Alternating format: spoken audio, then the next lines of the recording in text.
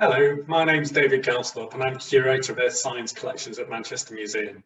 And I'm going to be talking about decolonising Manchester's minerals, a call to action. So Manchester Museum's collection began in the 1820s as a result of the Museum of Manchester Geographical Society and later Manchester Geological Society. And in the 1860s moved to the University of Manchester. We've got around 4.5 million objects and more than 20,000 minerals. We've never particularly had a collecting policy that reflects empire, but as a result of not really investing in collecting, our collections have risen through a lot of large donations from private individuals.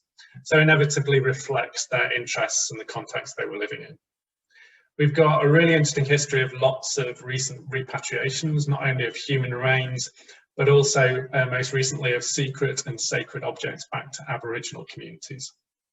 And this research has come about through redeveloping one of our mineral displays, but also undertaking analysis of where our minerals come from and how embedded in empire they are.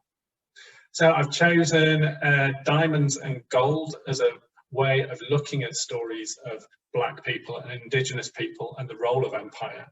And particularly decided to focus on these specimens. So on the left, we've got a piece of gold ore from Crown Mine in South Africa, and on the right, some specimens that show the processing of gold. So the removal of gold from the ore and purification. And I particularly decided to use archive photographs from the same time that these specimens were collected to illustrate some of these stories. So the images that I found were from the National Library of Congress in America in their archive, and these are stereogram images, in this case, from the Keystone View Company. And the Keystone View Company provided educational resources that were sold primarily to elementary schools in America. And this specimen relates to this image of Crown Mine. The air drill has previously gone through this part of the mine, and these Black migrant African workers are digging out the resulting gold or debris. And it's really striking how little health and safety equipment that they're actually wearing. So the miner on the left is the only one wearing a hard hat, and the others are just kind of making do with cloth hats. And it kind of almost sounds flippant to say about health and safety, but this had a real impact on the people working down the mines. So in the first 30 years of the 20th century, 93,000 people died from disease as a result of mining down these mines, primarily through breathing in mine dust. And in the same period, 15,000 people died due to mining accidents, so really shocking numbers. And this next image shows a bit more of the kind of racial mix of the people who were working down the mines. There's 3 white miners at the front, and at the right-hand side, there's 2 Black migrant African workers. But interestingly, on the back row, there's 5 Chinese workers. In the early 1900s, there was a lot of opposition to Chinese migrant workers coming in to work the mines, even though they were desperate for workers. So in 1908, there were 140,000 natives that they identified. So these were the Black migrant workers, but there were 21,000 Chinese indentured labour working in the mines at this time as well. And they were only allowed to work in the mines by the white ruling classes on the understanding that they would be repatriated back to China and they wouldn't settle after 3 years. So this next image, again, is a stereo image from the Keystone View Company and shows what's called the quartz sorting table at Robinson Mine, where these specimens come from. And this is where they sorted through the debris coming up from the mine, the gold ore, to identify the bits of gold. And we know really strikingly from our specimens that they were quite jagged, quite hard and quite heavy, so would have caused lots of injury. So really powerful empathy can be got from looking at the real objects. But by looking at the photograph, you can see again, they have very little health and safety equipment. And very strikingly on this image, there's the white overseer in the background with the moustache. and he's clearly not getting his hands dirty and has quite an expensive hat compared to the other people, and would have been probably making sure the pace of the work was kept up, but also making sure there were no thefts of the gold ore that could have been sold on by the workers. So the other story I really wanted to tell in our new mineral display was about the blood diamond industry of Sierra Leone diamonds. And really interestingly, the geological context is key to telling the story. So in Africa, most of the diamond mining takes place in really deep mines in a rock called kimberlite that is very deep, more than 600 meters deep in many occasions, and that the scale of that mine can only happen with large corporations such as De Beers in partnership with government. But the geological setting in Sierra Leone is very different. The diamonds have been washed out the original kimberlite and deposited in river deposits. So in Sierra Leone, the context means that basically anybody can go up, dig a hole, and if they're incredibly lucky, find a diamond. So actually, that means a very different context for the people who are involved. So we're able to link with research from Roy McConaughey from the University of Bath, and he's done a lot of research out in Sierra Leone looking at the unequal relationship between the people who do the work mining the diamonds in Sierra Leone. And here are some of the people called artisanal diamond miners who actually dig the holes to get the diamonds out. And they're effectively controlled by people called supporters, who only give them money if they provide diamonds, if they discover diamonds, but also only give them a fraction of what they're actually worth. So incredibly poor people in pretty desperate conditions. So part of the reason for doing this display was trying to kind of prompt the people to think a little bit more about where the diamonds are coming from and where they can try and buy ethical diamonds and not support this really quite horrible trade. So alongside revealing these stories, I also wanted to look at how embedded Manchester Museum's minerals are within Empire. So overall, Manchester's 20,000 plus minerals, 24% of them either come from the British Empire or other European empires. And within the British Empire minerals, over half come from Australia, 20% from Canada, 8% from India, and so on. So it's quite a strikingly high level of minerals from Australia. So it's interesting to look at why this might be. So within the Australian minerals, 33% of the Australian minerals are actually from the Imperial Institute, which is the forerunner of the Commonwealth Institute. And it's quite interesting to dig into this a little bit further. So we got our minerals from the Imperial Institute in 1914 as a transfer, and they were undergoing a period of what they class as decolonisation at the time.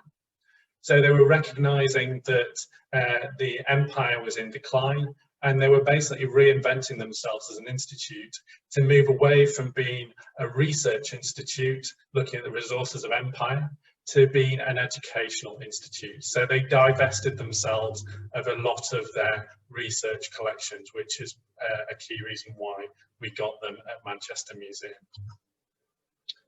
So why has this research not happened before? Because obviously incredibly interesting stories and relatively straightforward to uncover. Well, the first reason is documentation. It's only relatively recently that Manchester Museum's minerals have been fully documented, and we could actually uncover some of these stories and do comprehensive statistical analysis.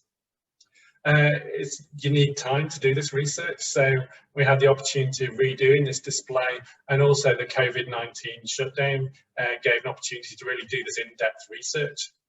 There's undoubtedly a new appetite to uncover these stories, particularly with Black Lives Matter.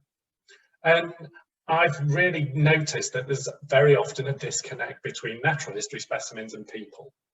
Natural history is very often seen as purely scientific, which the objects represent a particular object in a particular place and a particular time.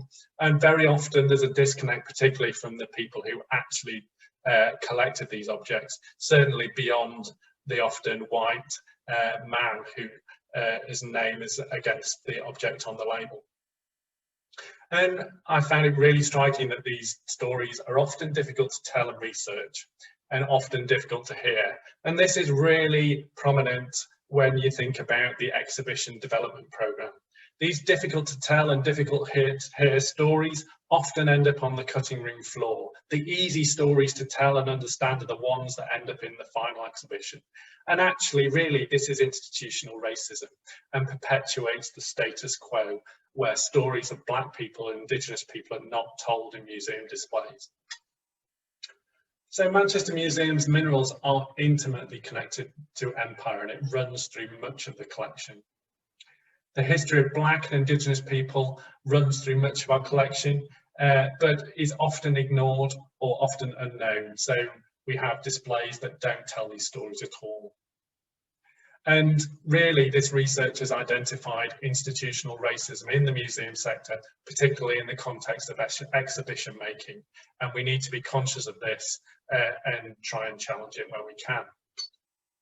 And I would like to think this research is a call to action.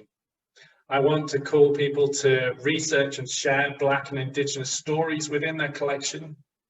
I want people to be open and honest about the role of empire in our collection. We should all be able to say what proportion of our collection comes from empire. We should recognise and challenge institutional racism.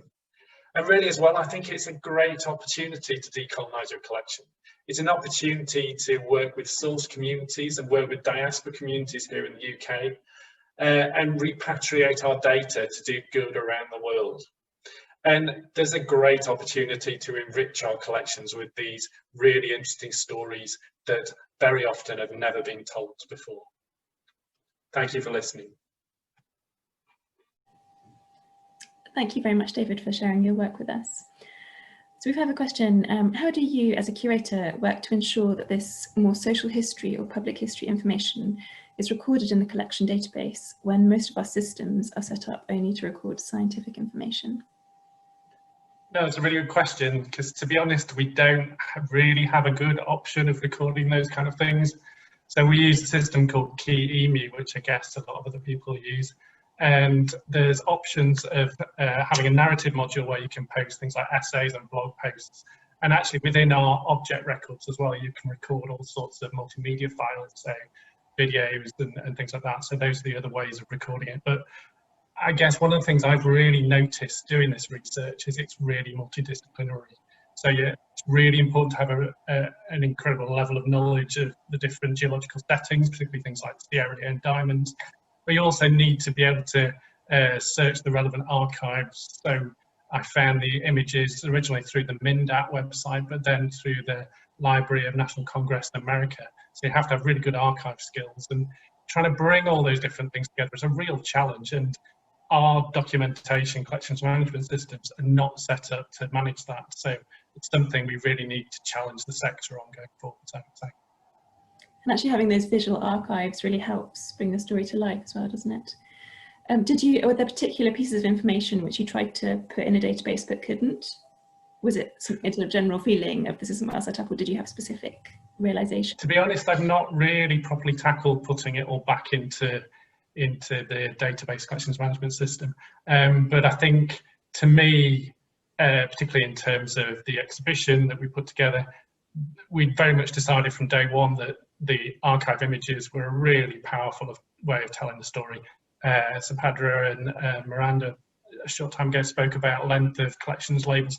My feeling is we don't want to put essays on the wall. I think it's a really challenging thing to expect the public to be able to engage with that. But putting really powerful and really striking images in your display can really draw people in. And then you can use a whole host of different methods to tell these stories, from our learning engagement program through to talks, conference talks and things like this. Thanks, David. So just a final question, picking up on the use of the term artisanal, is interesting given the context and the situation. Do you think through your research that's an attempt by companies to try and make it seem more acceptable, or is it a change in how that word is used today? I would very much say it's a way of the large companies such as De Beers and people like that to make this kind of mining acceptable, because we all have our kind of Western European definitions of artisanal craftspeople and things like that. But I think when you're buying your diamond engagement ring, most people do not want to hear the stories often very horrific stories about how these diamonds are mined. So kind of packaging that up with a nice bow on it, so to speak, is a good way of avoiding those kind of stories. But it's absolutely our responsibility as museums to really bring these things to light and bring the whole context of the reality of the world, and particularly some very sometimes quite horrific things with mineral mining and diamonds and gold in particular. And continue to question and interrogate that language that we're using. Absolutely. Thank you very much, David.